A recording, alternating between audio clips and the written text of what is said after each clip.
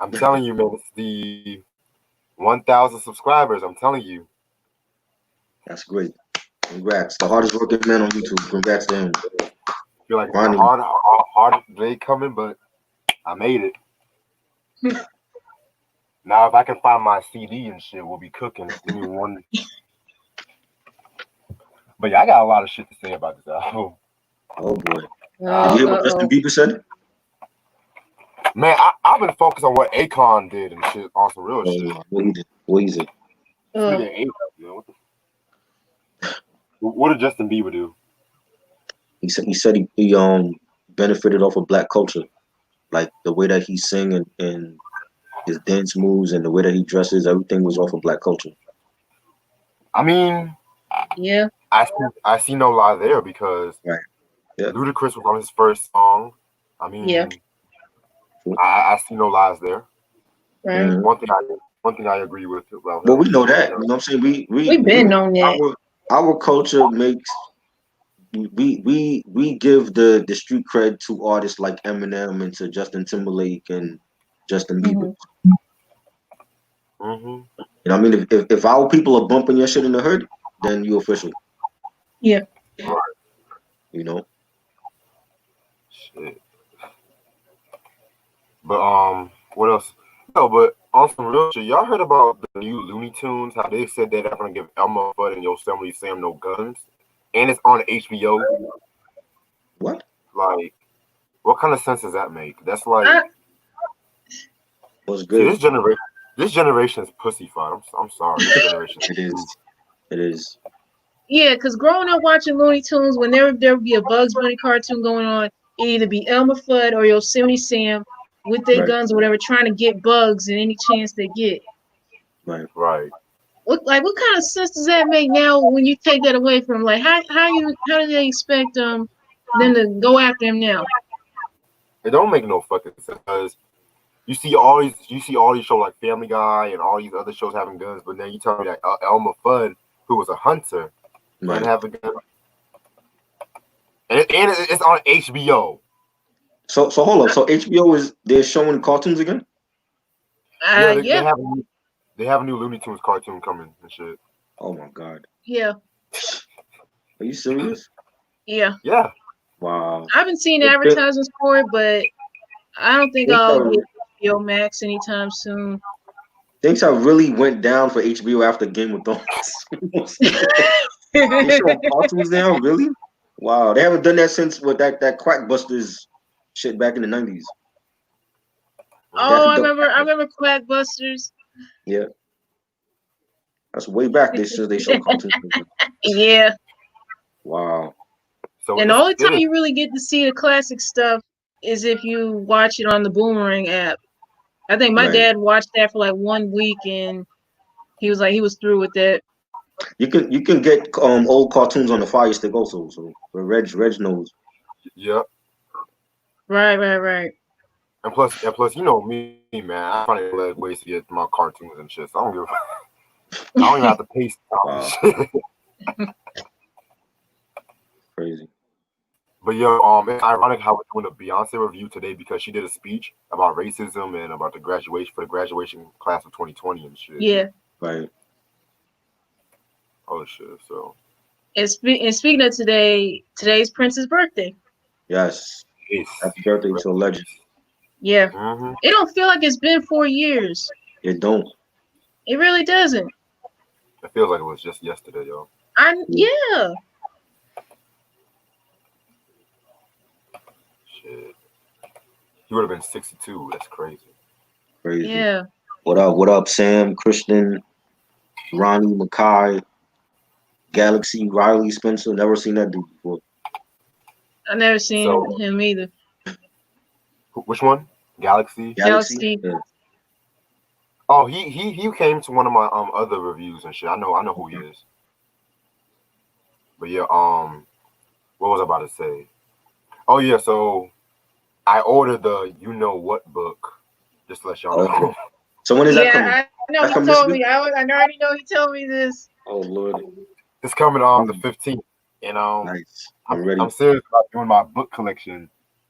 and stuff like that. You know what I'm saying? That's gonna be an epic book review. I've never seen book reviews ever on YouTube, and I'm Me anxious neither. to see this one. Yeah, the most I would see is like book clubs or whatever, but book reviews, I have not. Yeah, I might do a review on this one too and shit. I'm gonna get my hands on that one day. They got it never on seen that one. Amazon. Yeah, this is Wow. Michael Jackson's autobiography. When did that Yeah, come out? that came out. 87. Yeah, 87? yeah, Yes, sir. Oh shit. yeah. I got Janet's book though. I got yeah, She had an autobiography? yeah. It came out like in '09, the same year that her brother passed away, and I know she I guess dedicated to him. I got a couple books, but like I said, like I never did a book review before or saw any on the YouTube. So Hey, yo, Sam, that would be a dope review. The Infamous Life. yeah, That would be. I never read that. I'm gonna put that on my list. That would be a very dope. And I got that book too. So You got that? I don't have yeah. that book. Did you ever peep out his cooking book, the one he did in jail? Nah, I heard about it. I didn't peep it out. Yo, the recipes in there like the most ghetto shit ever. He has like some ghetto ass casseroles in it. I'm like, bro, Oh, who was eating this shit? You know what I mean? That's Friday. Oh, Mm. man. yeah. I got like some books, and I know I'm supposed to be getting one. I think on Tuesday, written by Angie Thomas, on the come up. You say Angie Thomas? hmm Wait, who's Angie Thomas again? She wrote The Hate You Give. Oh, Oh, the movie. I saw that movie. Yeah, That's it's dope. based That off was the good. book. Off the book. Yeah, that was a good movie. Yeah, but I'm Regina getting Hall. her on the come up book on Tuesday, and I know she got another one that's going to be released in January called Concrete Rose. Okay. hmm Okay. Yeah, I'll probably take screenshots of books I got sometime tonight after this review or whatever, just to see what I got. For real. Like, Cause I can't wait for LL Cool J's autobiography to come and shit. oh god. When's he dropping that? But it came out in the 90s. I ordered it from Amazon. Okay. Yeah, that came out around the same time as Phenomenon. Yep. Yeah, I remember Isn't that. that I album actually y'all read it. didn't like? Yeah, I didn't like that album. You got a couple I don't like, so. Oh God. What was it about that album y'all did not like? Oh, what was that I did like? For one, it was. I'm just gonna put it simple. Puffy executive produced the album. First of all, Oh, and That's his least problem on that album. it was way too much whispering on that album. It was only like 2 songs I really liked, and that's 4321 and that Father song. Yep, same. Yeah, man. What else? I don't mind Phenomenon, the title track, but that's more Puffy. You could tell that's Puffy written all over it. But that whole album for 10 tracks, it was terrible. Like he had New Edition on that album, and they sounded bad. No. Wait, didn't he have just Ralph on one song off that album? Yeah. That It was wasn't a just bad Ralph. song to me. I listened to that song. And Keith Sweat was on there. And I know Tamia was on that album too. Everybody was on that album, man. That's all. The only 2 songs I really liked off that album was the one that LL did with Ralph and Tamia. I didn't like that.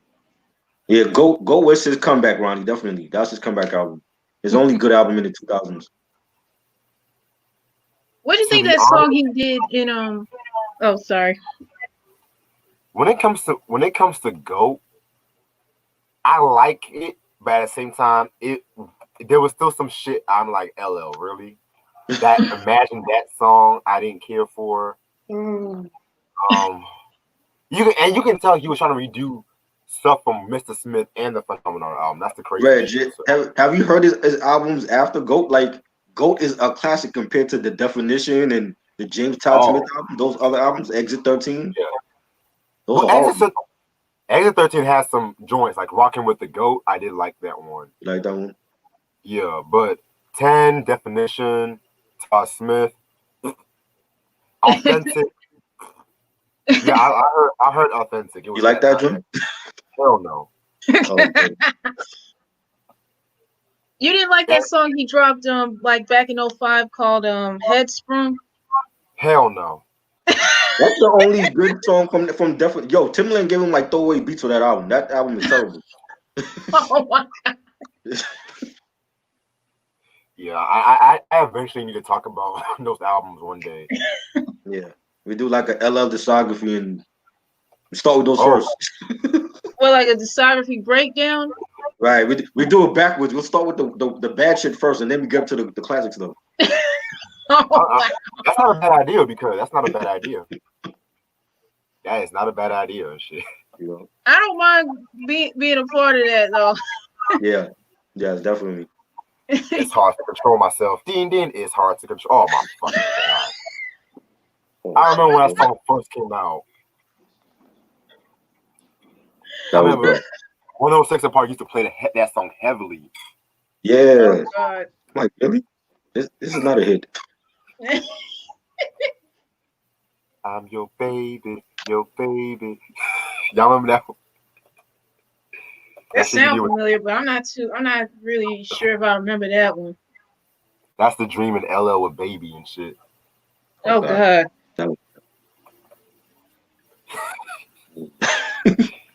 Alright, we can go on. We can go on for about we can go for 3 more minutes and shit.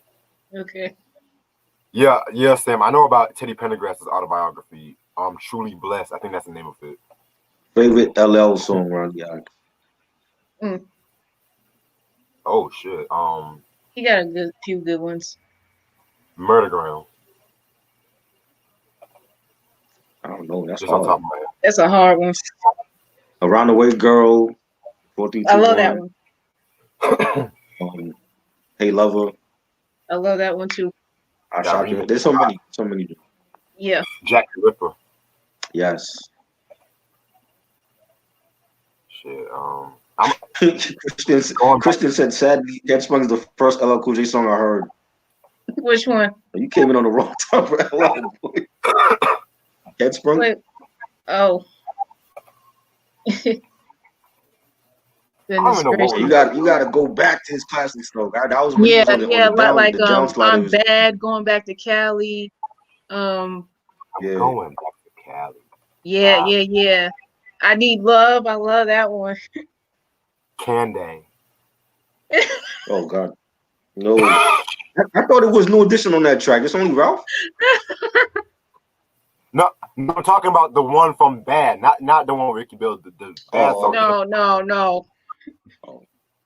Shit, y'all know me better. Mr. Smith was classic though. That's a classic album. That is a classic, man. That's like that's classic album. Yeah. Hell, 14 Shots of Don't Need Some Love. I'm sorry. Definitely. He should battle Rakim. I don't know if Rakim got 20 hits though. You said who should what? Ronnie said he should battle Rakim, LL. Shit. Rakim and Eric B got hits, but I don't think they got 20 combined though. To battle L. I would say LL versus Ice Cube. That would be a dope battle. Oh yeah. Right. That would be good. Oh yeah. Speaking of Ice Cube and shit, I was watching the fucking he did a 30th anniversary for America's Most Wanted and shit where he broke down all the album and the tracks and shit. Oh wow. Yeah, on YouTube? Pretty dope. It's on YouTube? Yeah, it's on YouTube. Oh, okay. Yeah, send me the link. I never seen that. Yeah. Okay. Yeah, because I'm planning on doing a re-review on America's Most Wanted and shit. So I'm like, that's perfect timing. His best album to me is Mama Said Knock You Out. Radio and Bad are good, but I mean to me that's always been my favorite. Is Mama Said Knock You Out. Yeah, Mama Said Knock You Out is my favorite too. Yeah, that wasn't a bad album nor a bad song. But I remember in Living Color, Shawn Wayans did a parody of it. Mama's gonna kick me out. I ain't making the money. The good times are over. Y'all getting beat. They were throwing some shots at Urkel. Made my rounds in the Hollywood circle. Now I'm getting beat by Urkel. Oh, Oh my god. But I'm ready to start whenever y'all are. Let's go.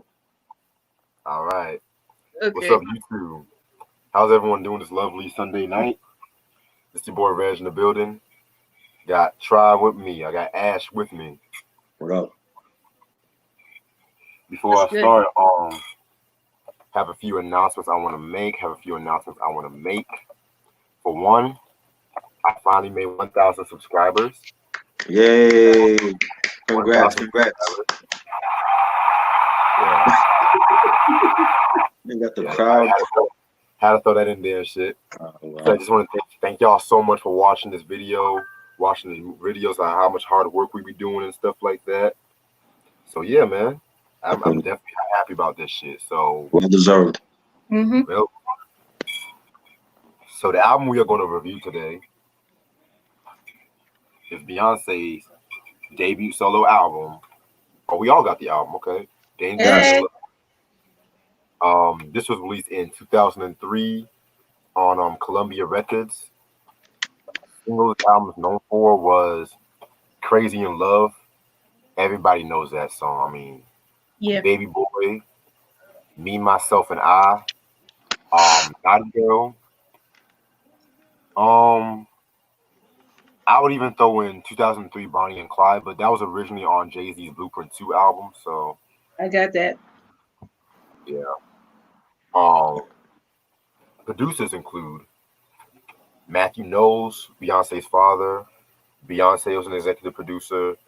Rich Harrison, Scott Storch, Missy Elliott, Craig Brockman, Nissan Stewart, very dope producer, songwriter. Y'all, if y'all know about all my Timbaland and Missy heads, y'all should know that name, Nissan Stewart.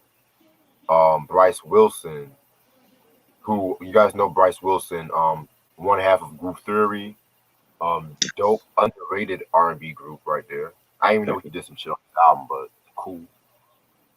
Focus, Dr. Dre, Aftermath Records, Andrea Fanatic Heard, shout out to Greensboro, Sherrod Barnes, D-Roy, Mr. B, Nat Adderley Jr., Earl Poppy McCalla Jr., and Mark Batson. Guest appearances include Sean Paul, Big Boy and Sleepy Brown, Savandros, Missy Elliott, and her husband Jay-Z. All right, so well at that time her boyfriend, y'all know, fuck it. Yeah. So this might be a out the box question, but how did y'all get into Beyonce? Because I'm kind of interested. I want to start with Tribe. I've always liked the when they came out with their first single, No No No, and Wyclef did the remix, and I've always liked that song. I didn't know who Destiny's Child was at that time, and you know when they came out, when they first album and it blew up, and everybody like knew who they started listening to them, and I, like through the years I wasn't big on Destiny's Child, but like I know their songs just from watching a lot of 106 and Park and MTV, and Bugaboo and all those songs they came out with, and Say My Name, and when Beyonce went solo and she dropped this album, and that blew up, and I like the song. I like Crazy in Love, and Jay was on it. I'm a big Jay-Z fan, and she's a diva. Like she definitely is big, and she's doing her thing, and I think when she hooked up with Jay, it made her even bigger, larger than life. Right.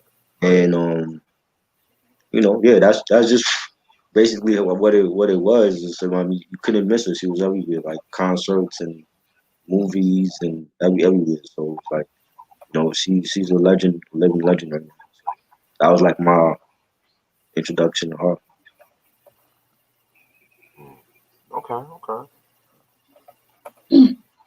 Yeah, with me, I knew of Beyonce because of Destiny's Child. Because when I was like, I don't know, like 6, 7 years old, I mean, I heard some of Destiny's Child songs like Bills, Bills, Bills, Jumpin', Jumpin', Say My Name, Independent Women from the Charlie's Angels movie soundtrack, and of course, Survivor. Those are some of the songs I got introduced to from Destiny's Child. But when she went solo, this was really like my first actual Beyonce album I've heard of hers. And of course, Crazy in Love was getting played on the radio a lot, and the video was being played everywhere from BET, MTV, VH1. Of course, that song was hot, as well as the video.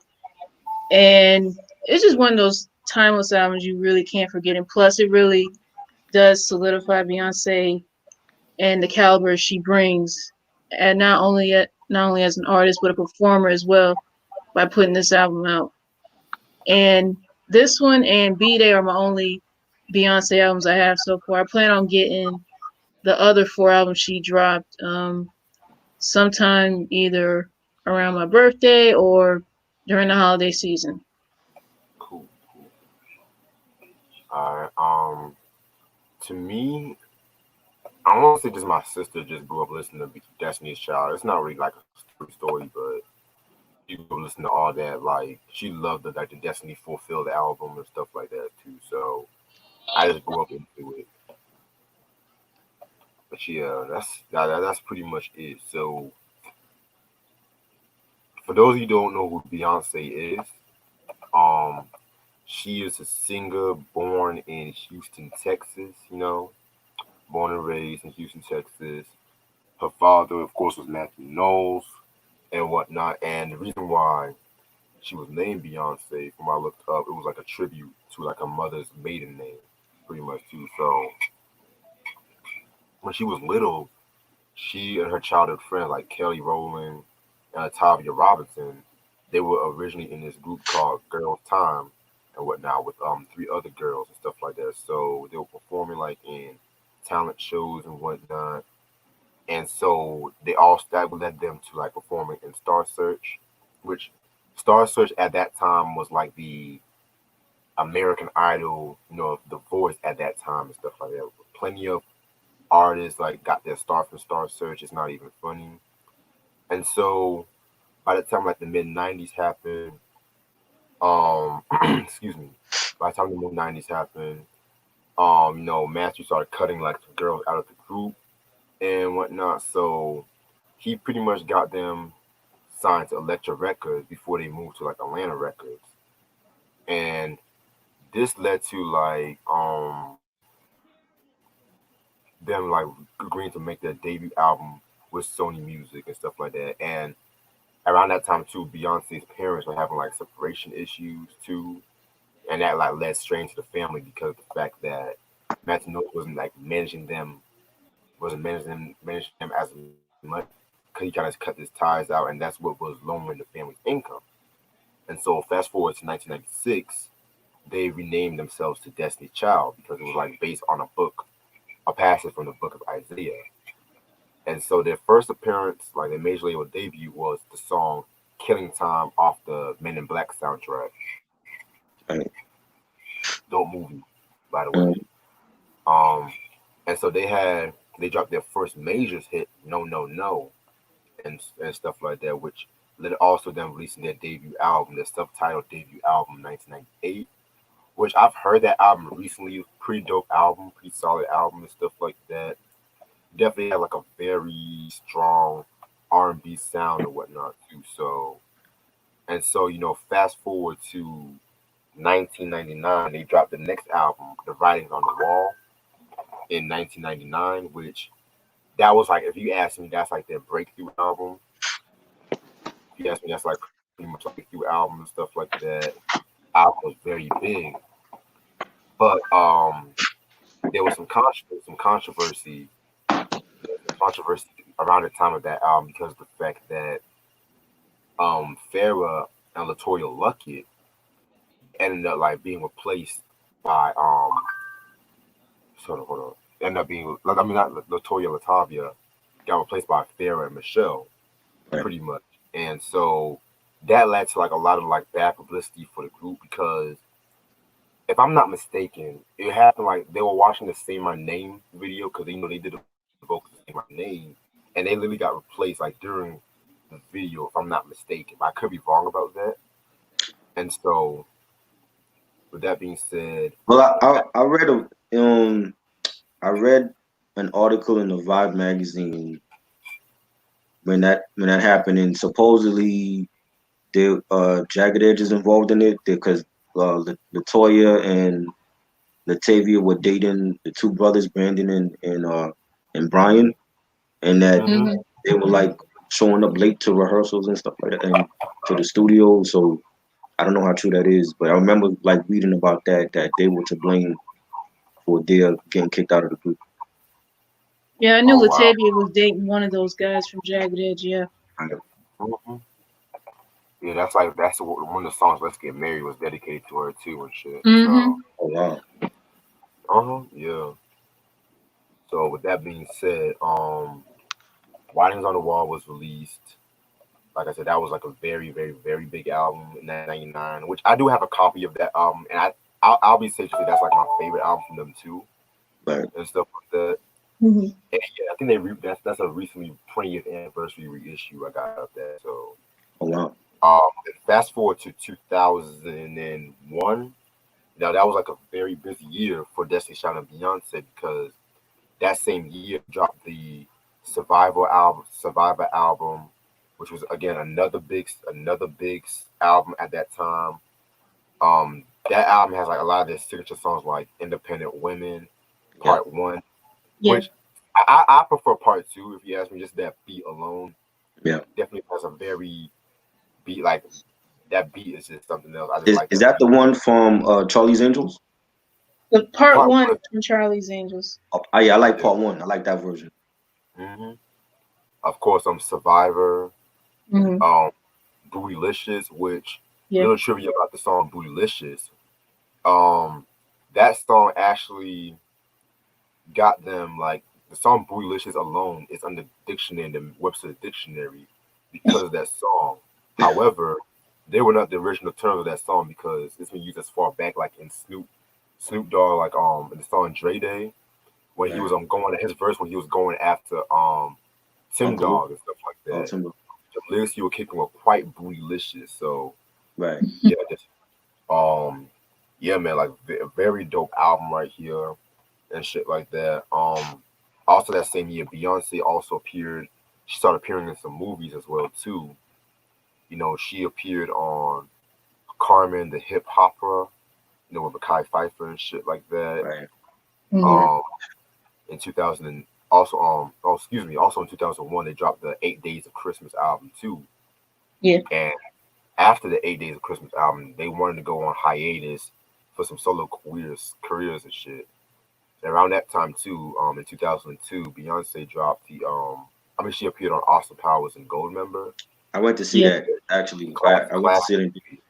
Yeah. yeah, classic movie. I think that's like my second favorite in the series though. But I gotta rewatch it.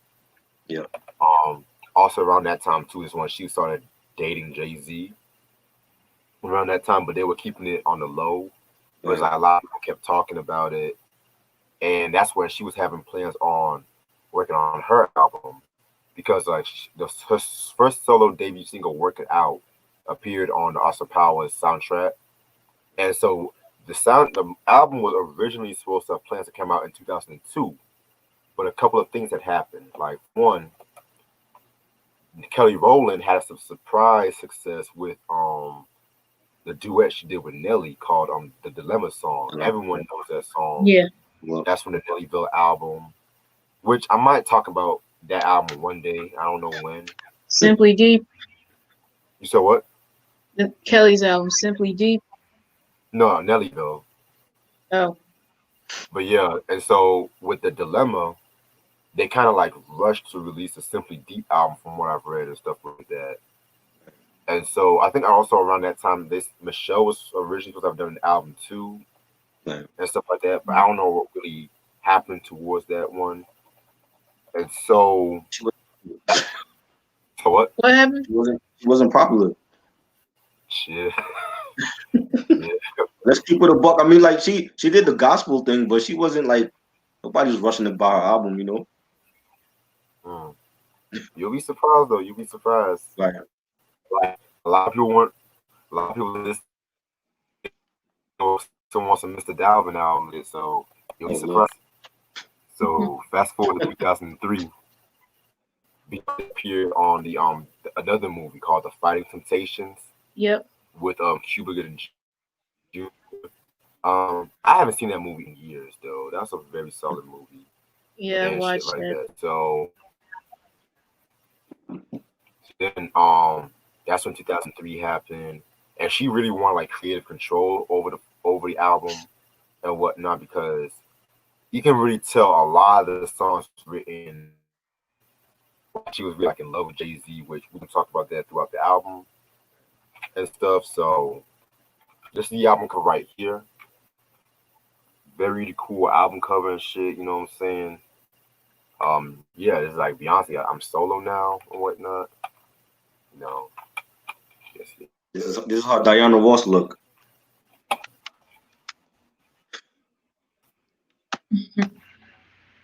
So what? I said this is how Diana Ross look. This is Diana Lord Ross have right here. mercy. Yeah, her Diana Ross look. Yeah. So yeah, you got like the fucking credits right here and shit. Another dope picture of her. Her thank yous, of course.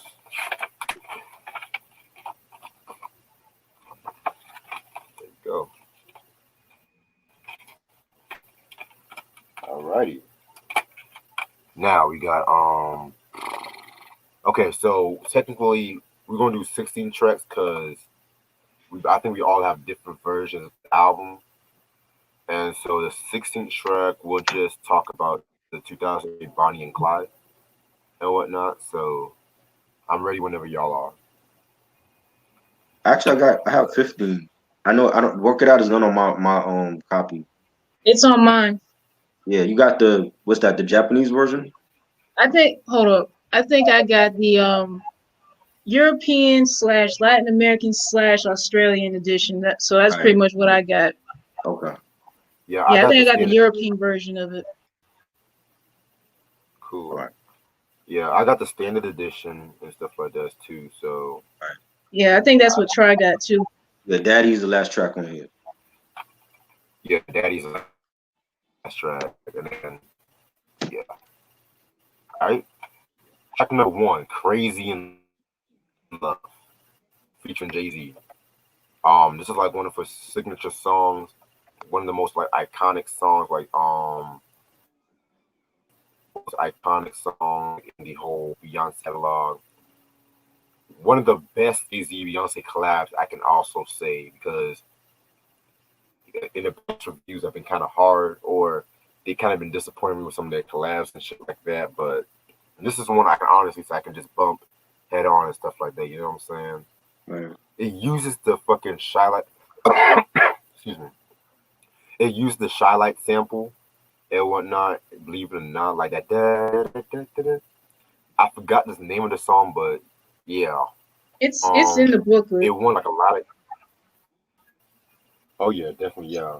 But I'm too lazy to read all that shit. So um, the song won like Grammys for best R&B song, rap song collaboration, and yeah, this was a very good song right here, shit like that. Just the sound alone, like you don't need like the sound alone and shit like that. It's so extravagant and stuff like that. Nice to begin the album.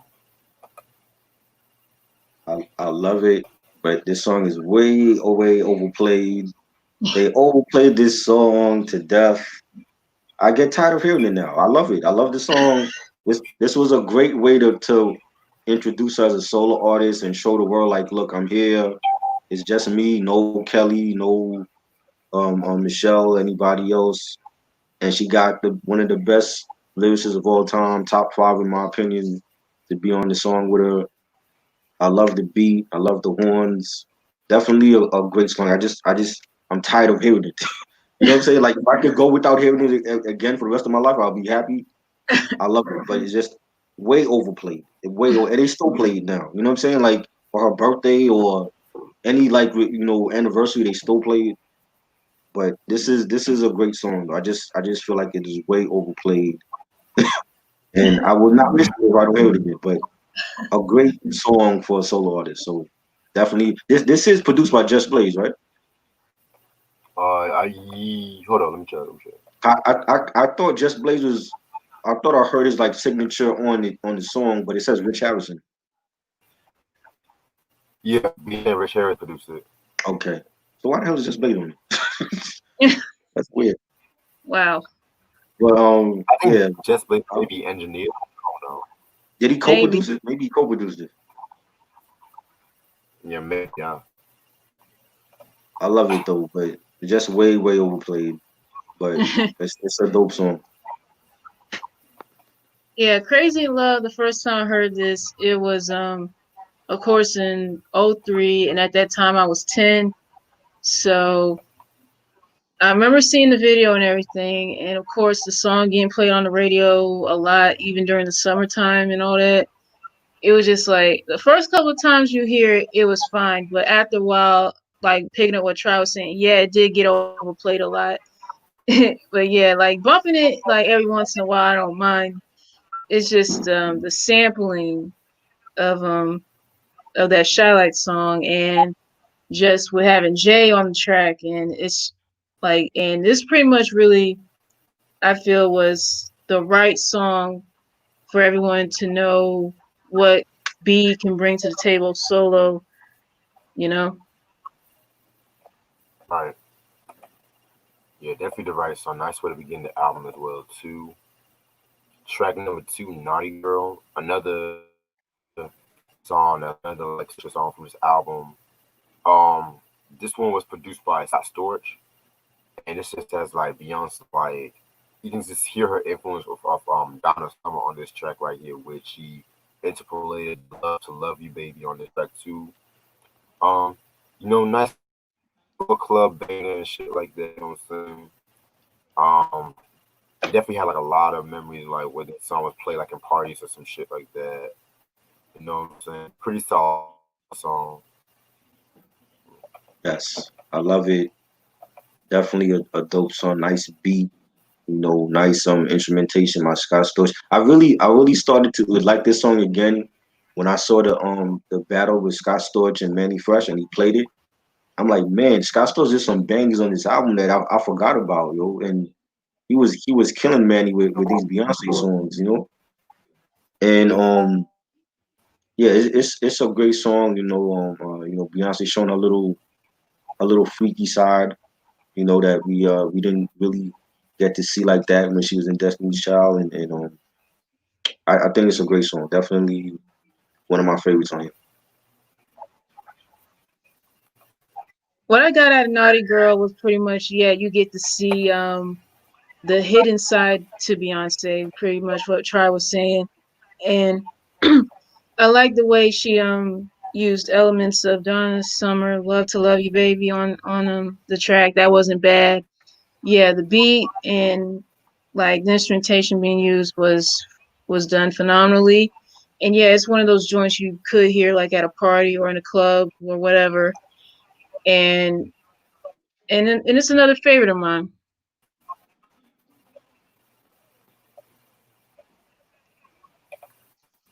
Okay. Next track is Sean Paul. Yeah, man, this was another single that was released. Another big song that was released at this time too. Beyonce, her sexual craze and shit. You know what I'm saying, I think it's safe to say that's probably like one of her sexiest albums to date and shit like that. You know what I'm saying? But there was some controversy when it came to this song too, because for one, when Beyonce and Sean Paul did the video, they had to film this scene separately, and there was rumors that when Sean Paul and Beyonce performed at the VMAs too, that Jay-Z was cock blocking that. There was like a lot of rumors going around about that and shit like that. You know what I'm saying? So, but just Sean Paul said in 2012 that never really happened or whatnot, allegedly, but whatever truth, because I heard like different stories about this. I think that's a bad look. Like, I just feel like in hindsight, it's like, okay, you have one of the most gorgeous women as you know at that time that was your girlfriend, and you're cock blocking her business decisions because you're insecure about your relationship or your relationship issues or whatever. But then later on, you marry or have 3 kids with her, and then you cheat on her. So that doesn't make Right. sense. Mm-mm. Um, and it's crazy because Sean Paul was on the Blueprint too. So if you have so many issues with this dude, why did you even put him on your own album? Mm. You know what I mean? I don't understand that. You know, unless that wasn't his call. Maybe that was a call by Dame or by Def Jam, but that doesn't make sense that he would do something like that. I love the song. I think again, this is one of my favorites on here. It has that reggae, flavor to the beat. And at that time, a lot of artists like R. Kelly was doing that, and just introducing, and Sean Paul was big. This is like Dirty Rock Sean Paul. So, Give Me the Light Sean Paul. So he was like the biggest reggae artist at that time commercially, and to put him with a feature with Beyonce, I think that was great, and I love that song. Just a dope ass beat by Scott Storch again, and yeah, definitely a classic song. Yeah, Baby Boy True. is another favorite of mine off this album. And I really had no idea, like, with all the stuff that was going on, like with the video and the fact that BMA performance. I had no idea that OJ was feeling some type of way about B and Sean Paul collabing together and all that. But if you were really insecure about that whole situation, what does that really say about you? Exactly. Like, yeah, and what Try was saying too, like, yeah, you have one of the baddest females on the planet who you were dating at the time, but eventually y'all got married and y'all have 3 wonderful kids, but you end up having the nerve to step out on her. Hmm. Like, Hmm. come on. Like, there should have been no reason for you to step out on that woman. Crazy. Yeah. Besides all that, Baby Boy is another dope song that I never get tired of. Just that beat, and it's another one of those songs you could hear like at a party or in a club somewhere. Like, it just has that unforgettable beat and that sound, you know? Right. And Yeah. Rex, didn't he have a issue with Ghostface doing that song with her, that summertime joint?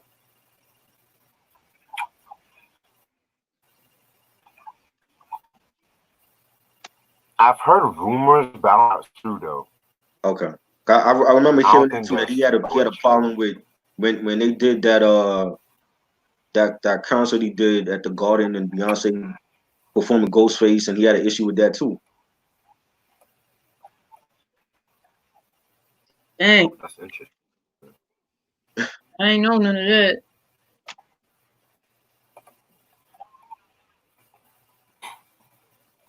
Ghost Savage as fuck though. So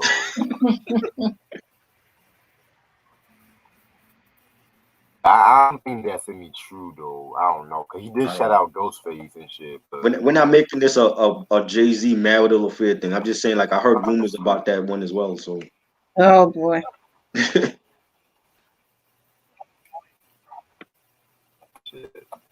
And the next song is Hip Hop Star featuring Big Boy and Sleepy Brown. Cool song, definitely. Not one of my favorite. It definitely sounded like it could have been on the Speaker Box of the Love Below album, if you ask me. right. Just that go-go-ish kind of influence and stuff like that. Pretty solid song. Yeah, I like this joint. Definitely has that Dungeon Family speaker box vibe to it. Um, the rock, guitar samples, I like that, and nice hard drums. Big Boy starting it off, and he says, "Ain't no dial tone, just smile, so it's a pleasure to reach. To each his own. I'm a stone cold Aquarian freak, humanitarian barbarian. When under the sheets, it's the player from the point, then the girl from the deep.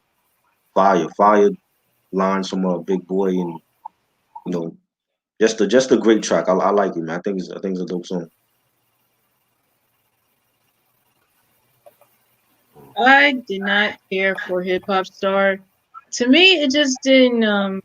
It just really didn't fit on this album here. I felt like it probably would have fitted on what the Outcast album, Speaker Box, and the Level Below. I felt like that was more suited for this, Yeah. but yeah, I felt like it didn't fit with this project at all. I Yeah, like that she took I kind of have chances to agree though. with. What was that, Reg? I'll have to agree with you on that. I didn't really fit the album. Yeah. Also, you like that she changed. Right.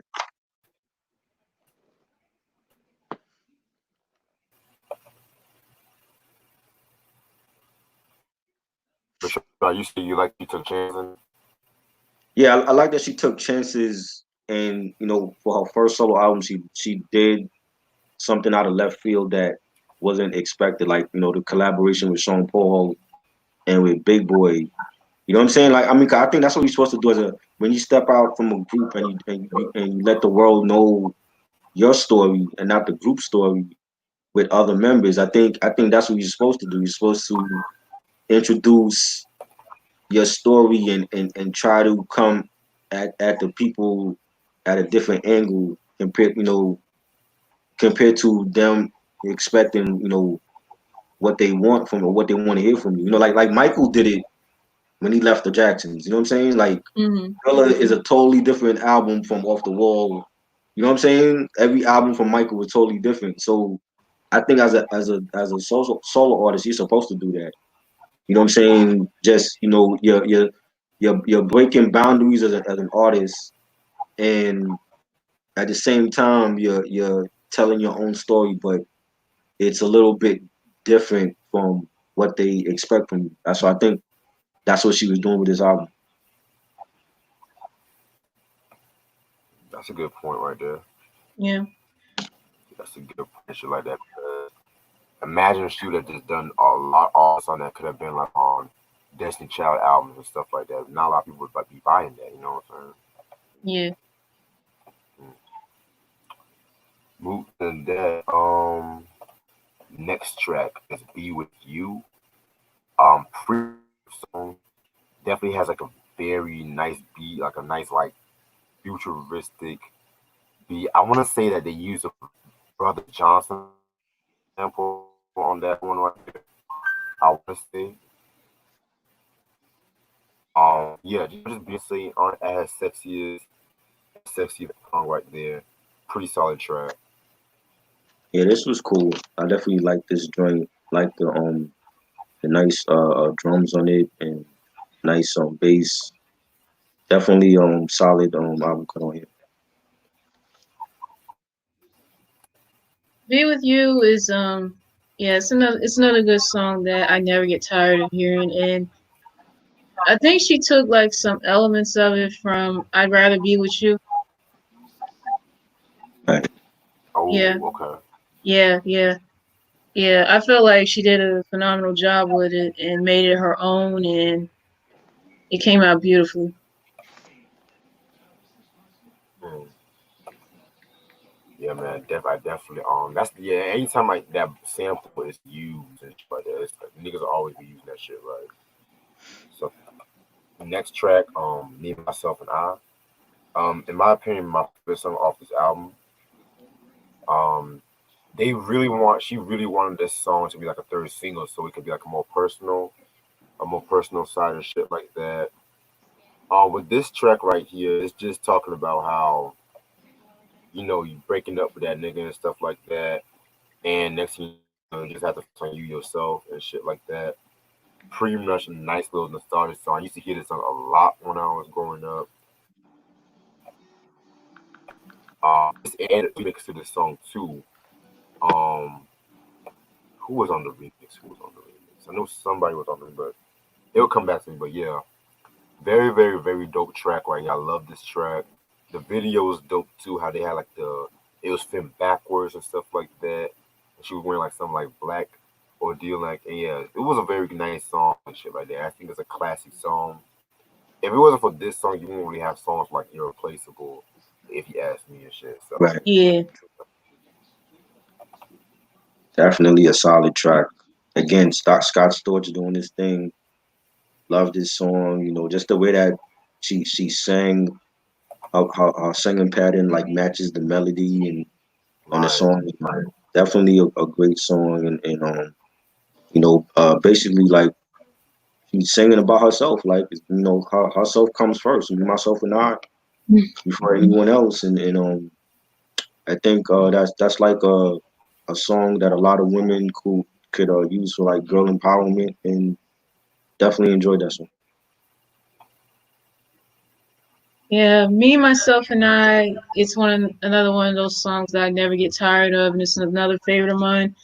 I even remember some girls I went to school with be singing the song as well, and I remember watching the video and it'd be like, dang, like yeah, pretty much at the end of the day, you really gotta be all about yourself versus some sorry dude or say if a man is like wanting to end things with a certain female, it's got to be all about himself as well. It is a very personal song for her, and I give her kudos for putting the song out like this, and it does pave the way for her other hits to come many years after this. Of course, Irreplaceable, Best Thing You Never Had, and I can go on and on about plenty of other ones as well, but yeah, overall, Me, Myself, and I is another song that resonates with me. I definitely feel you on about that. Definitely, and shit like a very relatable track too. Next track we got is Yes. Again, it's a very nice track. From what I got from this track is like pretty much how she's always giving in when it comes to like a relationship, and it's like she's always like yes, how she's always like saying she's always saying like yes to people and stuff like that, and basically she's not focusing on her own needs. She's always on to focus on everybody else's needs. So definitely another good song and shit like that. This is another favorite of mine too. Yeah, nice songwriting on this too, and this was produced by Focus and Beyonce. So yeah, Definitely a dope song. I like the melody and like you got like that vintage record player um like static on the song and it's real melodic and she's singing you was on the wall, I was with my crew, you was watching me, baby, I was watching you, you slowly walked over and there's something I forgot. I can't even read my own handwriting, but she basically singing about like a guy meeting a guy and talking to him and getting to know him and thought it was a cool album cut. Even though Yes isn't a favorite of mine on here, I give it that it was a pretty decent song. I pretty much like what the message of it was like like picking up what Reg was saying, yeah, she feels as if like she's always giving in to someone or something or becoming that yes woman, saying yes to every single thing you could possibly think of and being afraid to say no to something because I tend to be that way at certain points, but I know when to say no if I feel uncomfortable about something or like no, I'm not going to do this or whatever. right. But yeah, yeah, but this was an alright song. Okay, yeah, man, definitely a very solid song right here. Track number 8, we got is Signs. This one features Missy Elliott, who both of them have worked together like a lot in the past, so no stranger to each other's styles. Pretty much the song is talking about this basically like falling in love with like different horoscope signs, like the Capricorns and Sagittarius and shit like that. You know what I'm saying? Yeah, very cool song. I like the chemistry both Missy and Beyonce had, especially on the second verse. When B said, "And know how to show me love because I've been hurt by a Pisces." And Missy comes up with that we rewind and shit like that. Yeah, very, very solid track right here. I personally wish that Missy would have dropped the verse, but it is what it is. Fuck it. Right. Yeah. Yes, I think anytime, especially at that time when Missy was just as big, and you have the opportunity to get a verse from Missy, you definitely got to take that. I'd rather have a verse from Missy than a chorus, but definitely a good track. I love the piano. I like the beat. Um, Beyonce singing on from Capricorn to Aquarius. They all got their different minds. The affection of a Virgo, which sign matches who am I, and just talking about people's different um uh horoscope signs. Aries or Aquarius and Virgo, and they different personalities. And I thought it was a dope song. Again, I think she's taking different chances with this album and making a song about people's horoscopes, and what I'm saying, that's something that she probably wouldn't have did with Destiny's Child. I think that was good that she was doing it. Yeah, Signs is another favorite of mine off this album. I mean, there's so many favorites on here I can't even count. But it's just something about this one. Whenever I hear it, it's just like I would never in a million years thought B would take a chance of doing a song like this with I guess with like a story of like her past relationships of being with guys of a different zodiac sign or whatever. And I feel like that was like, okay, something I wouldn't expect. I mean, she's saying about certain astrological signs or and this, that, and the third. And I kind of wish Missy did had a verse on this song, even though I didn't mind her being a part of like the chorus and like hearing her speak in certain parts of the song and all that. But Yeah. overall, it wasn't a bad track. And the crazy thing is, Beyonce is on Missy's second album, The Real World, and I'm like, Oh well, wow. if you get Missy on your first solo album, you gotta have a. This is Missy. This is like So Addictive Missy. So you gotta have a verse from Missy on it. I think she's always been one of the best. So Yeah. So ain't no denying that. Trust me, yeah, ain't no denying that. All right. Track number 9, Speechless. Very great song right here. Very great song. If it wasn't for me, myself, and I, this is probably my favorite song off this album. Whereas, just like talking about falling in love and shit like that, but at the same time, it's like a very sexual song and stuff like that. You know what I'm saying? And it's like probably one of Beyonce's most sexual songs to date, if you ask me. Mhm. Like just like laying like this line where she's like laying so closely, I feel your skin rubbing and touching me, only sweat between us, feeling you kissing and pleasing me. Like just that alone, shit like that. You already know that, what you're gonna get into. that's how she Mhm. got those 3 kids. Chill. But, yeah, man, it's like definitely a very dope track. I like that beat. Like, especially when them guitars hit. Oh my fucking Right. god! Like, definitely Mhm. a banker right there. This could have been like either like a. This could have also like maybe could have been like a radio single or some Right. promotion. I don't know, but Mhm. yeah, It very probably dope. get played late night. Right. What? Like with There was like more. There was raunchier songs out than this at that time.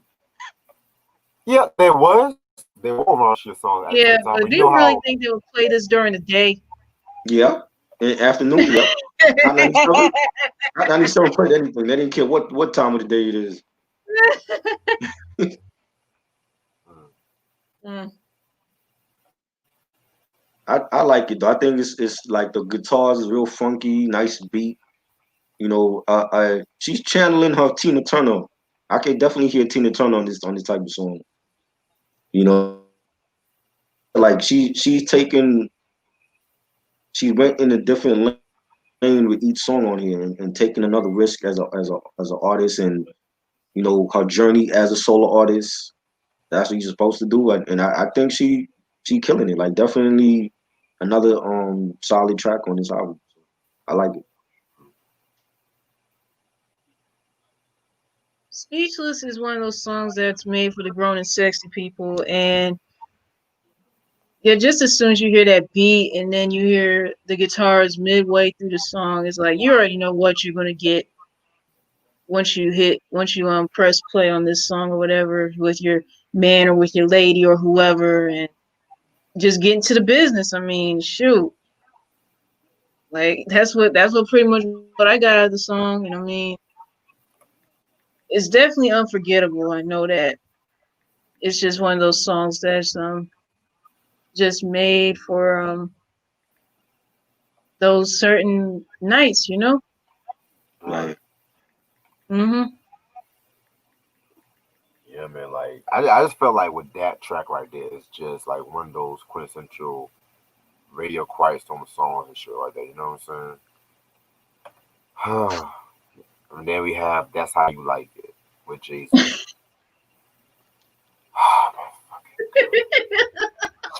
There will be no Jay-Z slander. That is a You legend. know, you know, The Rock is in the there's building. always there's always that one song in a classic album that I kind of. What the fuck is this? Really? Oh man. What the fuck is? That's how you like it, baby. That's like that chorus. Oh my fucking god. That's how you like it, Hey, baby. would That's how you you would you like take it. this? Would you take this or the other that lousy track what's the shit he did on Kingdom Come? That Hollywood was it Hollywood. Hollywood? I would That take joint. Hollywood over this. What? I would take Man, Hollywood over this. I'm Jay sorry, dropped some balls on this track though. You got some lines on here. man. Jay just Jay just did what he did on this track. That's all I gotta say. I knew he wasn't gonna spit like the most like complex shit like you usually do, but still, it's just like I just did not care for this track. I'm sorry. I did not just care for this track. Like I would rather listen to Bonnie and Clyde over the two. Yeah. And Wow. the audacity of using the DeBarge sample too. Like, come on, man. Uh. Like that's how you like it, baby. That's how you like. Shut up, shut up. Wow. Mm. Mm. I mean, it's different because Hold Jay on. don't do choruses like that. So I was like, if he's on the chorus, I'm expecting it to hear a verse from him at some point. I don't care for him on the chorus, but I like his verse. I think that's what he just should have did.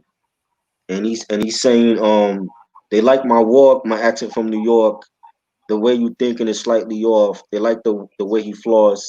When you rocking the bike, he come back in a Porsche. But of course, that's some balls right there, man. And that's not even Jay. That's not even Blueprint Jay. That's you know what I'm saying. That's Jay. Like yo, I'm gonna just throw this give it this throwaway verse for this song. I like it though, but it's not. It's. I mean, Crazy in Love was great, overplayed, but I like this song. I don't care for him on on the chorus because he don't do choruses like that. So it's like I know why he did it because it's Beyonce. That's his boo. But I'd rather just hear him on the verse and I like the beat. I thought the beat was cool. I like the scratches on it and it's melodic, but I just felt like I don't want to hear Jay-Z doing that chorus ever with nobody because he don't do choruses like that. So it's like no, like you stick to just doing the verse and that's it. Like don't do no chorus. He didn't do that shit with Rihanna. When Rihanna dropped Umbrella, you did your verse and then you left. You didn't stay to do Brala Ella, Ella. You know what I'm saying? He didn't do that shit. So I was like, I don't Oh want to hear. God, But please, can you please, imagine if no. No. been cheesy, but like don't do the chorus. Like let the singer do the chorus and you come in and you do your hot 16 and then you bounce. That's how it should be. Mhm. You're not Drake. Like Drake could pull that off, you know what I'm saying? Mhm. You know. Oh, Oh my god. Oh, you like excuse it, me. baby. You like Oh, yeah. I did not like this song either. It's it's just it's just really something I would not expect out of B and J. Even though yeah, Crazy in Love is I guess one that like one of those unforgettable songs, even though it did get overplayed, like Try was saying. But I would rather listen to On the Run and I know something else. Bonnie and Clyde. Yeah, that too. I'll listen. I would take those over this any day of the week. This flat Oh out yeah. sucked. And I'm not even the biggest Clyde fan though. I don't And I like would that rather song. listen to that than this shit. What? No, I don't. I think Tupac original one was better. I don't like that one would be. I always skipped over that on Blueprint too. I didn't like that song. Oh, come on. I'm Not gonna not save my thoughts on all that shit. Yeah, not we're not gonna hold not off the on way. that. You should never take a Tupac song and try to do it over. Like, no, come on now, no, you can't do I that didn't one. even like your ass, man. Even if we took like, I can't picture Jay-Z voice over "I Get Around." It's just something like Tupac. When you hear Tupac beat, like Tupac was meticulous about his beats. You know what I'm saying? Like when I hear me and my girlfriend, that's Tupac, that's Machiavelli. I don't want to hear Jay-Z over that beat. And then you got Beyonce on that. I always skipped over that song. I didn't like that album to begin with. I didn't like Blueprint 2, but that My song, I Lord. didn't like that song as a first single. That's how you like it, baby. Hey, I love Jay, but he gonna get that smoke when I feel like it wasn't good. So Hmm. Mm. But yeah, regarding Bonnie and Clyde, I don't know if I told y'all the story, but they beef with the famous R&B singer. But I'm gonna take that when we talk song and shit. Okay. Um, yes, sir. Then we get to the cover version of "The Closer I Get to You" with Luther Vandross. This is the Mm. cover of the classic Donny Hathaway and Roberta Flack song from Roberta Flack's Blue Lights album in '78. I should know that certain covers, certain songs, man, it's not hard to cover sometimes and shit. So, Mm-hmm. Closer I Get to You. While I do like this cover, it's not touching the original and Mm-hmm. shit like that, of course. I don't know. I just personally I felt like this cover was maybe a bit too slowish, a little bit. I don't know. I mean, I love, of course, y'all know I love Luther. I love Luther and Yeah. shit like that. This was also on the Dance with My Father album, which was his final studio album. Very dope album, by the way. Um, yeah, this is also on that album and shit like that. But it's just like it's a good cover, but it's not like I don't know. It's something missing. I just feel like something was missing with this one. Hmm. I don't know.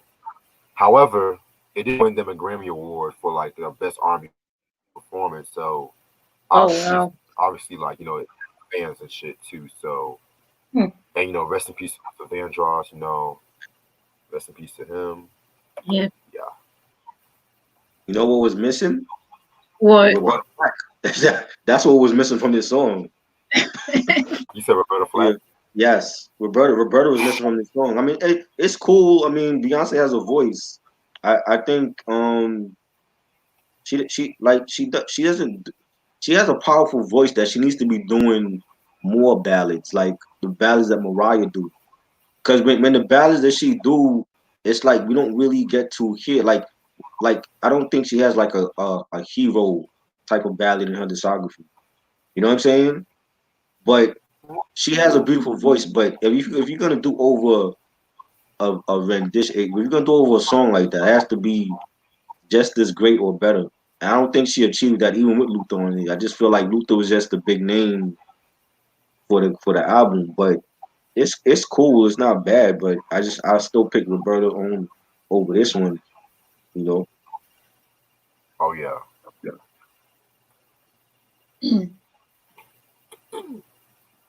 I'm gonna say this: when certain artists do covers of the original songs that were put out before them, it's more than likely to either go very good or very bad. Beyonce and Luther Vandross, rest in peace to him, by the way. They did a good job with it. I mean, it wasn't bad or anything, but I don't know. I don't know what it was about it. I just really couldn't really get into it like that over the original. I mean, but it wasn't a bad attempt though. Yeah, man. Like, and you know, it's Luther because you know Yeah, Luther. yeah. He's done Luther don't disappoint. yeah, like his. If y'all want to see like another dope duet from Luther, check out the duet he did with Mariah Carey when they did the cover of the song "Endless." Oh, In yeah. my I've opinion, heard that. I've heard that shit version. on the original version. Sorry, Diana. Sorry, Lionel, but that version They, shit on the original version. I'm sorry. ooh, mm, I don't give a fuck. they, ooh, they brought the heat for that one. Hell yeah. Even Luther's cover of Stevie Wonder's "Creepin'." That was that's even better than the originals, in my opinion. Ooh, yeah. I know one thing. Luther did not disappoint when it came to him doing certain covers of Right. other people's stuff. There'll never be Exactly. another him. Never. Mm-mm. Everybody else imitators and shit. Yeah, but they can't. But they can't duplicate the original. Shit. I then we're gonna get into Dangerous in Love 2. Somebody get those. Dangerously in Love 2, Yeah. which is like a sequel song to the title track that was ironically on the Survivor album. Yeah, this was another quiet storm. This one was another fan favorite, pretty much. Originally, this was supposed to have been on Survivor as well too, but you know, Beyonce she re-recorded her version specifically for this album, and she just retitled "Dangerously in Love 2." Pretty solid song and stuff like that. Got her a Grammy Award for Best Female R&B Vocal Performance, and the song was not even a single too. So Oh that wow. saying, yeah. So yeah, we're definitely talking about romantic obsession and shit too. So very solid track. I like it. I think it was cool. Um, like again, like she sang beautifully on this song, and it fits the theme of the album. Definitely a solid cut on here. Oh yeah, Yeah, Dangerously in Love Part Two. It was it was beautifully well done vocally by B. Of course, she did not disappoint on this track.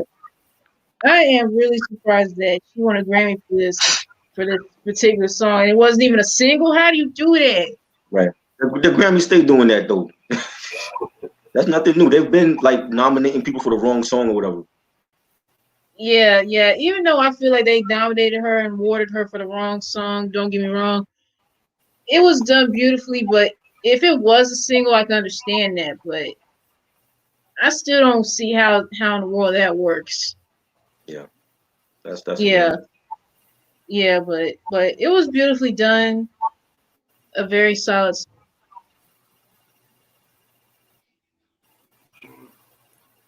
be very beautifully done and shit like that. Oh, all right, next track is like a Beyonce interlude. Just the Beyonce talk, and I didn't really care for the interlude. I don't know about y'all. Um, We could skip over this one. the interlude, she's saying, I believe harmonies or colors every time I paint, it sharpens me. I guess she was like trying to be like on her Maya Angelou shit or whatever, but it was okay. I don't really feel like it's needed. I mean, she is. I don't think she needed an intro on here, which is why there's no intro. I don't think she needed any skits or anything. So I feel like the interlude was just flat out unnecessary. To be honest, she don't need to be yeah, doing that. We exactly. already know what she's capable of. Like there was no need for it. It just felt so pointless to me. I'm sorry. No, no, no, no, no, no, no, no. All right, so then we're gonna get from gifts from Virgo. Um, hmm, very cool track. Not one of my favorites and stuff like that. Just basically just her expressing her feelings from this Virgo or some shit like that. I mean, a lot of horoscope songs on this album though. You know what I'm saying? Yeah, it was alright. Yeah, It was jazzy, really jazzy song, melodic. Again, like a different type of sound for Beyonce on here, and it was cool. right. Yeah, I feel like a gift from Virgo is pretty much what she's just feeling or telling in her eyes, because Virgo is her zodiac sign, as in mine. But hey, Oh, you too? yeah, for real, yeah. Sam said he's a Virgo. Hey, Virgos. Wait, Sam Virgo too? Yeah. Hey, okay. Yeah, yeah. Even though Virgo season is still a long ways away, but hey, but this wasn't bad. Pretty much, I think anyone who's a Virgo may get the gist of this. Just saying.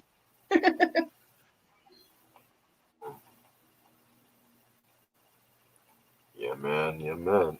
And again, she definitely used another Brothers Johnson sample and shit like that. Yeah, she definitely loved her some Brothers Johnson. I'm telling you that right now. Maybe she grew up on it. Maybe her parents played it when she was young. Yeah. I mean, that's some good parenting right there because ain't nobody doubted the Brothers Johnson up in here and shit like that. I'm telling you that shit right now. Fuck facts. Then we're gonna get to Daddy. Pretty much, just talking about the relationship she has with her father, Matthew Knowles, and his Mm-hmm. devotion throughout her career. I thought it was talking about something else based on the title of the track, but Reg, I don't like the way you said that, yo.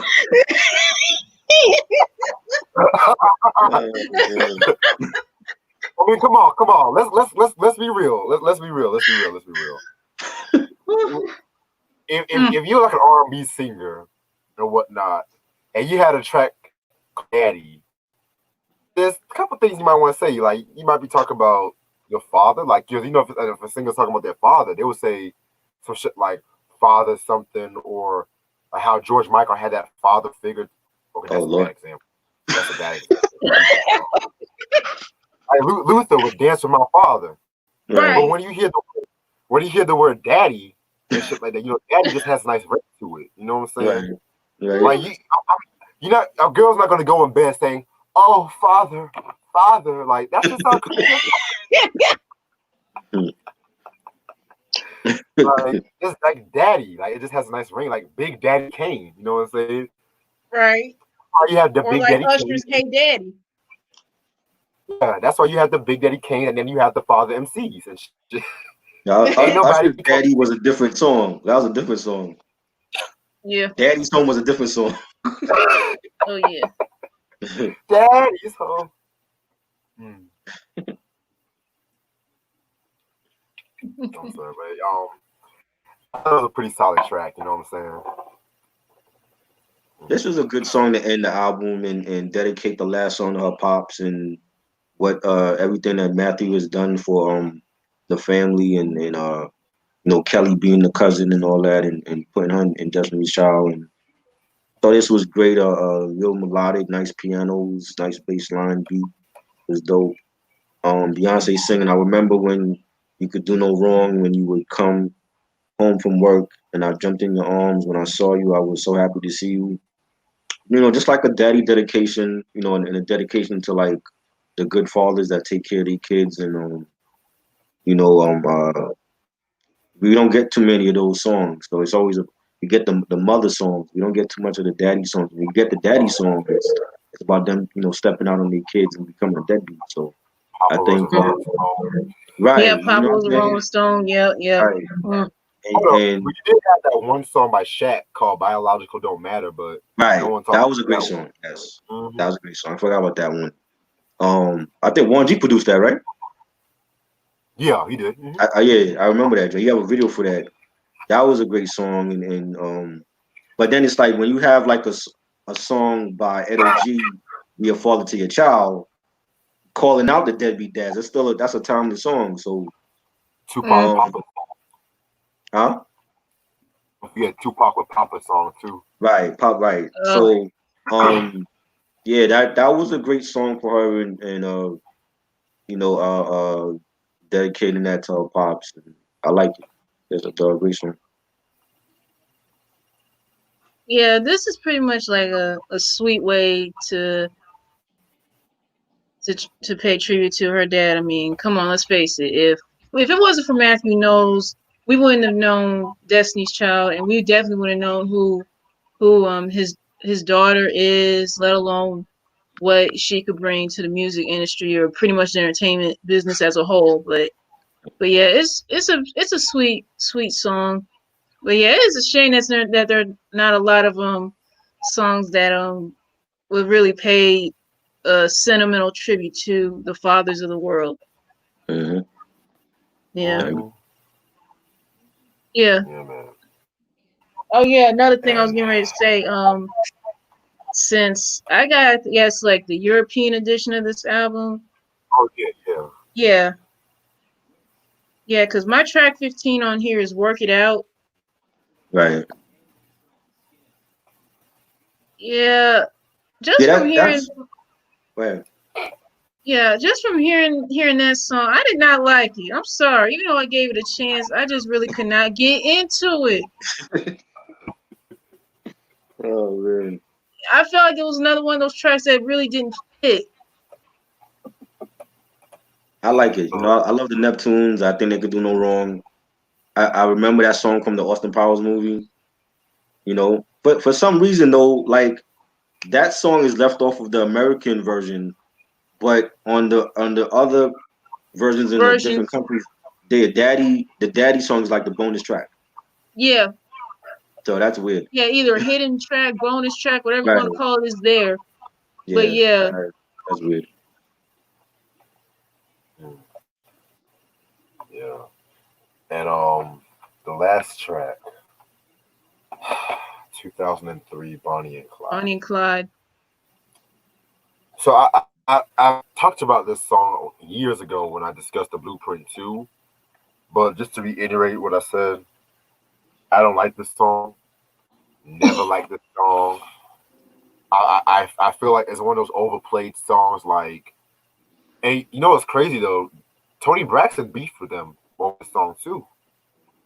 Oh, you know what? She did use this song from Boyfriend off her album More Than a Woman. Yes, ma'am. And I got that album. For real. And and she's like, I think she went on record saying the fact that pretty much like she said she wasn't sure how like Jay-Z got the Hanson sample and stuff like that, you know what I'm saying? And there was like a rumor that the president of of Rockefeller heard Tony Braxton's version of the song, and that's how they got the sample and whatnot. Yeah, man, it's crazy as fuck, you know what I'm saying? And like I said before, Pop never liked your ass. I'm sorry. Exactly. I gotta throw the elephant in the room. I'm sorry. Right. I'm sorry. Do you know how many songs he's made dissing Jay-Z? Just the unreleased songs alone, Die Slow, when we ride on our enemies. Like he's made so many diss songs against Biggie and Jay. Why would you like use one of his songs? I don't get that. Remember Jay-Z had that song? Remember that one song he did part called Dead or Alive with Sauce? Right. Dang. He was like, Dead or Alive, Rockefeller. Well, like I said, I like Jay-Z. I love it. I just always feel some type of way listening to that track. That's like trying to get with a chick that tried to kill your ass, and you still want to get with her after she tried to kill your ass before. Shit, you ain't never seen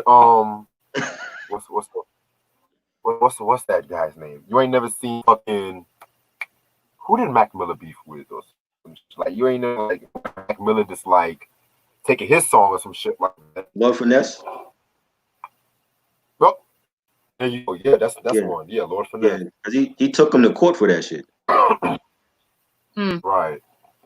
You ain't never seen fucking Diana Ross Glad song or some shit like that. No. Right. Exactly. If I don't fucking like your ass, don't fucking use my art and shit. Exactly. Dead and gone.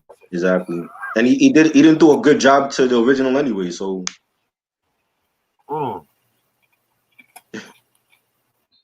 yeah, I never cared for this shit, man. I'm sorry.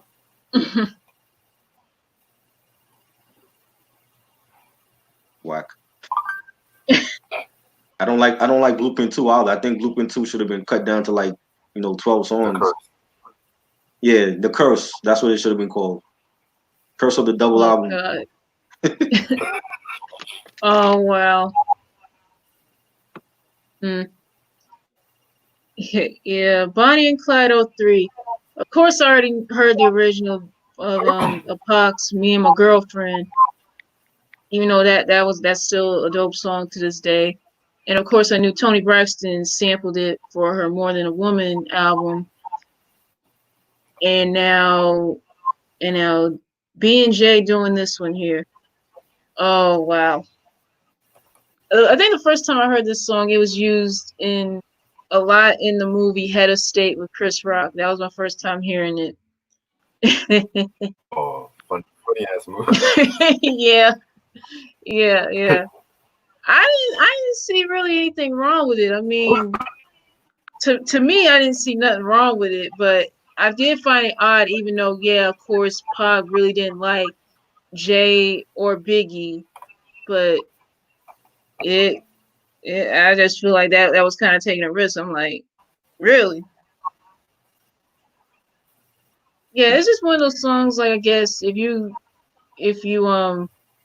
it'd be cool to bump to every once in a while or whatever, but not overplay it too much. But yeah, I could take this song or leave it. Right. Respect. All right. So my overall thoughts on this album: very dope album, very influential album. Definitely was the beginning of like a Beyonce reign and whatnot too. You know, besides that's how you like it. Almost all these songs are like almost all these songs are bangers and shit like that. The production definitely has that early 2000s production and shit like that. You know what I'm saying? I just felt like she was enjoying that creative freedom. Like, and the new stuff she tried out, it definitely worked well for her and whatnot too. So I'm I'm just for me say fuck it. 5 out of 5. Fuck it. I agree. I think this is a five of my classic, my favorite Beyonce album. And I'm not even a big Beyonce fan, but the one Beyonce album I said I have to get was the first one because I definitely enjoyed it. And it wasn't an album where she needed a whole bunch of collabs to justify how much of a big star that she is. I think she could hold down any album with or without collabs. And to have her boyfriend that's now her husband Jay-Z on there and Sean Paul, who was big at that time, and Big Boy from Outkast and Missy, who was big as well at that time. And, legendary Luther Vandross, rest in peace to him. And to have them one there as well as hold down the whole album with the rest of the album and came out with the right singles, Crazy in Love, that was big, everybody knows that. And Baby Boy and Me, Myself, and I, Naughty Girl. I definitely think it was a well-rounded album.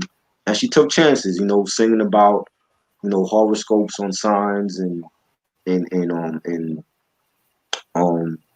singing about her dad on the last track with Daddy. And I definitely feel like it's that's the way to when you're gonna branch out from a group or a collective and go on your own. I think that's the way to like tell your own story and set yourself apart from that group that everybody known you from. And I definitely think it's a classic album. Like listen to our other albums, but I'm not like crazy in love.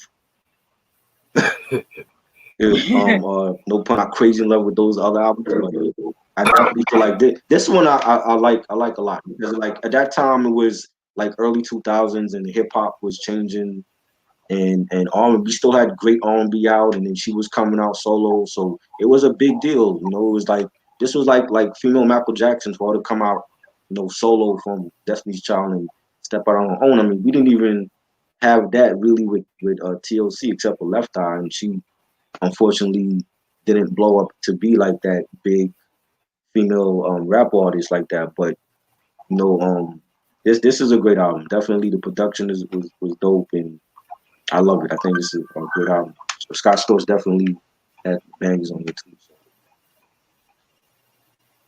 too.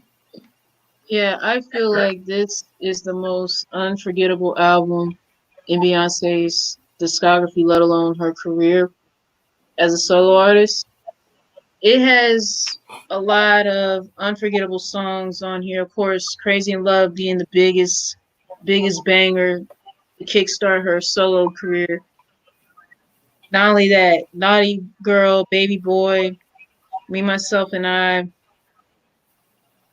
And she really did feel like she had creative control and she wanted to explore a lot of her options as an artist to try different things or sing about certain stuff you really wouldn't imagine any other artist doing but her, only her to do it. And not only that, she was able to collab with a lot of famous names that we all know to this day, like of course Missy, Big Boy from Outkast, the legendary Luther Vandross, rest in peace to him. Of course, boyfriend, now husband, Jay-Z, and so on and so on. And this album really just speaks volumes to like what B can really bring to the table artistically and vocally. And pretty much for anyone who has, I guess, really isn't too familiar with her early stuff or whatever, this is the album to get. Yeah. You will not be disappointed. You're gonna love it, even though I didn't like Hip Hop Star and I didn't like That's How You Like It.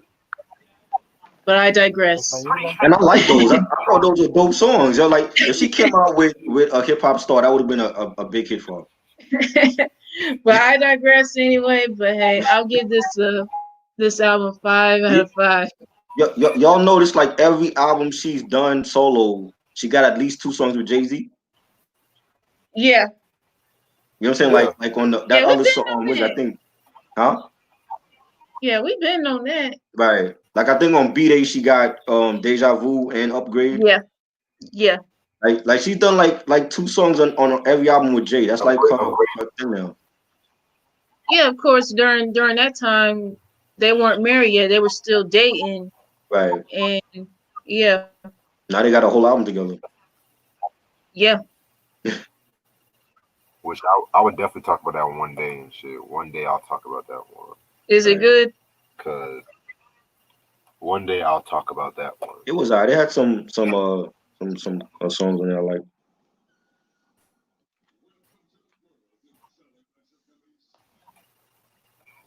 I'm just gonna say that Beyonce did most of the rapping. That's all I'm gonna say. Oh man. That's all I'm Goodness. gonna say on that one. Right. But yeah, that was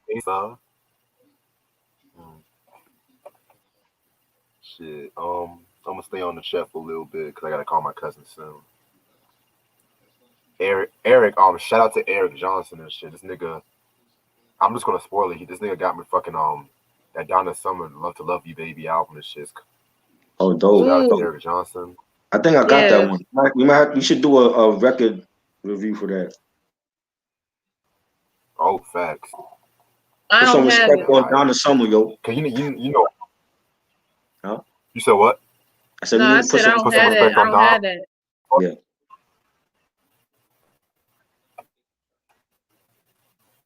But yeah, most definitely put some respect on Donna's name and shit like that. Most definitely.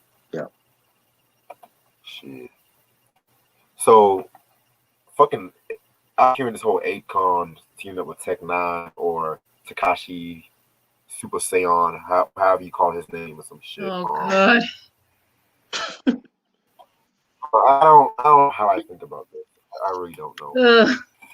Cause I saw Eric's comment that says Akon is cool.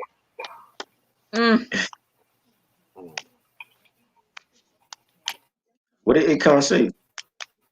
I don't know if I can listen to it. Huh? What did Akon say?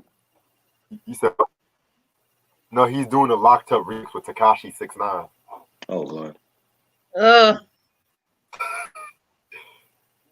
What? Why? Why entertain this dude? Yeah. God. Because it's social media. That's what it is. Ugh. They can't help themselves. Oh God.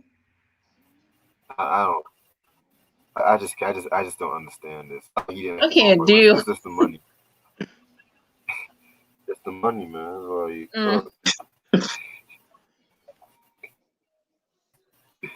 fucking. It's like all y'all can talk shit. Y'all giving this motherfucker so much attention. I don't understand. Right. What else? Akon's Africa is revolved. What else is on? So what's the next versus battle on some real shit? I ain't heard I nothing. don't know. Yeah, I haven't heard anything either. They planning all this shit.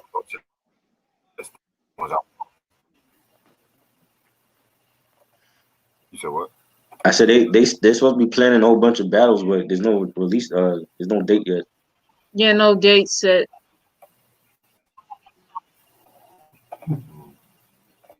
I think UGK and 8 Ball and MJG, that's supposed to be one that might happen soon. That'll be an interesting battle. Yeah. Still waiting for Bone Thugs and 3 6 Mafia that hasn't been announced. Pimpin'.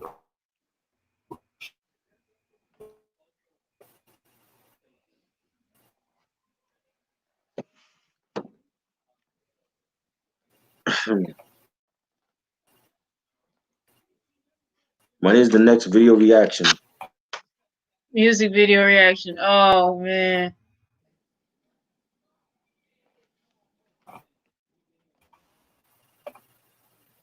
Is Rex breaking up? Oh shit, man. Wow. No, fighting up. Oh. Yeah, my Wi-Fi. Okay. I'm seeing myself and Ashley, and I'm not seeing him. So like, what's going on here? I can still see Reg on my screen. I can still see him. Okay. Can you see me now, Try? I see you, but it's like you're not coming in real time. It's like I just see like images. Yeah.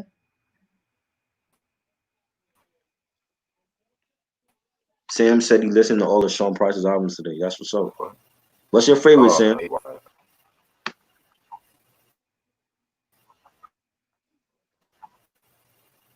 Favorite Drew Hill song? In My Bed. That's one of my favorites. I like that one. Their rendition of The Love We Had stays on my mind. April Showers. 5 Steps. Tell Me. Yeah, Tell Me. Yep. We're Not Making Love anymore. Yep. Yeah, those are my favorite Drew Hill songs. Just that dance alone for Tell Me is iconic. Yeah. I know someone did that on the TikTok.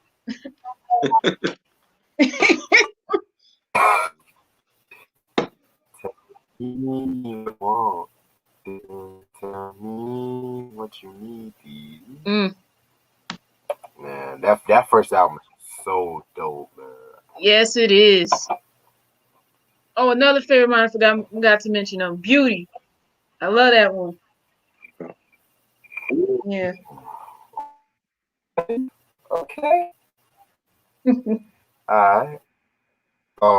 Alonzo said TLW. I'm gonna go with SWV. TLC. I love both of them. I've seen both of them in concert, but definitely TLC. Okay. Yeah, I saw SWV in concert. Yeah. Last year. They were good. They were great. Favorite album from Stevie Wonder. Songs in the Key of Life. Favorite album from Stevie Wonder, Ronnie asked. I'm gonna go with Innovating. Hotter Than July. I like that one as well. That was a good album. That album, sure. What about you, Ash? I only heard certain songs off of certain albums of his, but I haven't listened to like a full-length album of his. Songs in the Key of Life. Listen to that one. Okay.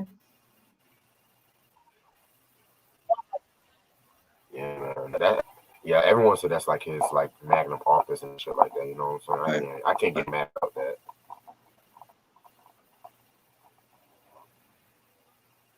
Yep. He said "Beauty" by Drew Hill is my dad's favorite song. Oh wow. Drew. Okay. Yeah, Drew Hill's first two albums are just classics, man. Everything after is just. Yeah, I got their first 2 albums, which I've shown during our CD collection vid.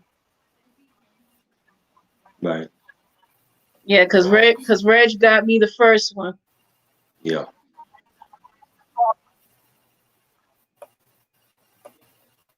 Ronnie said, favorite song from Sade. Oh my god, man. Man, come on. Sweetest Taboo and Smooth Operator.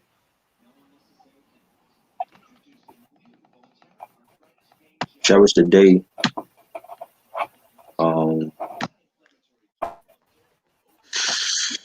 Kiss of Life. Sweetest Taboo. There's a lot, man. Smooth Operator. Haunt Me. Huh? Yeah.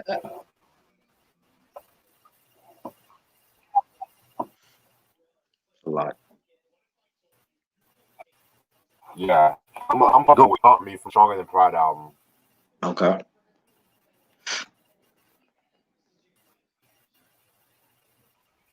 Man, the Pride album is so was fucking dope. It's so beautiful and shit. Yeah. We pretty much did all the albums somehow, right? Ooh. Yeah, all we didn't do was the Soulja album, which we can eventually do that one. Okay. Man. That's our last album. I'm telling you, Sade is just. Oh yeah, that's right. Yeah. Sade. Yeah. Fucking Push 2 instrumental she did Promise album is amazing too. Yeah.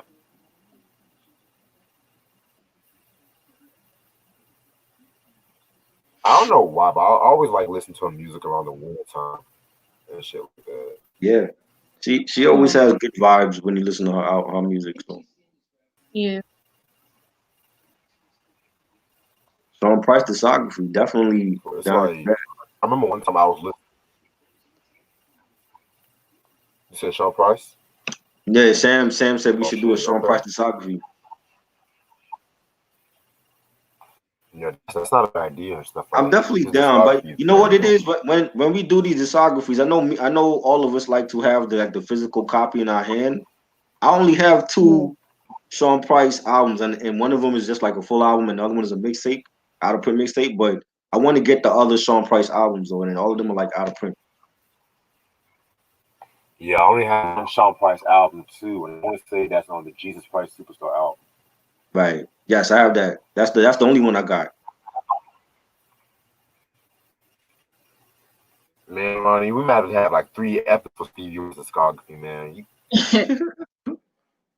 I have a few of his lines. I have a few. Yeah. Yeah.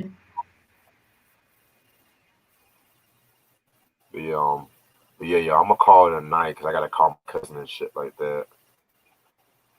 All right. Yeah, this was a dope review we did as usual. I want to say this Tuesday. I might let y'all know what I got planned for this week since it's like the last. Okay. So definitely stay tuned this tonight. I'll let you. All right. Thank you for watching review on in case y'all just tuned in. Must have production. And again, thank y'all so much for making me reach that subscribe and like that. Y'all the goats. And make sure y'all subscribe, y'all like, y'all share. The hardest working man on YouTube. For the most shot. Woohoo! Yeah, appreciate hey! Yeah, for everything and shit like that. Yeah. Because we definitely got some more stuff coming up this year. So stay tuned for more. Peace. Peace.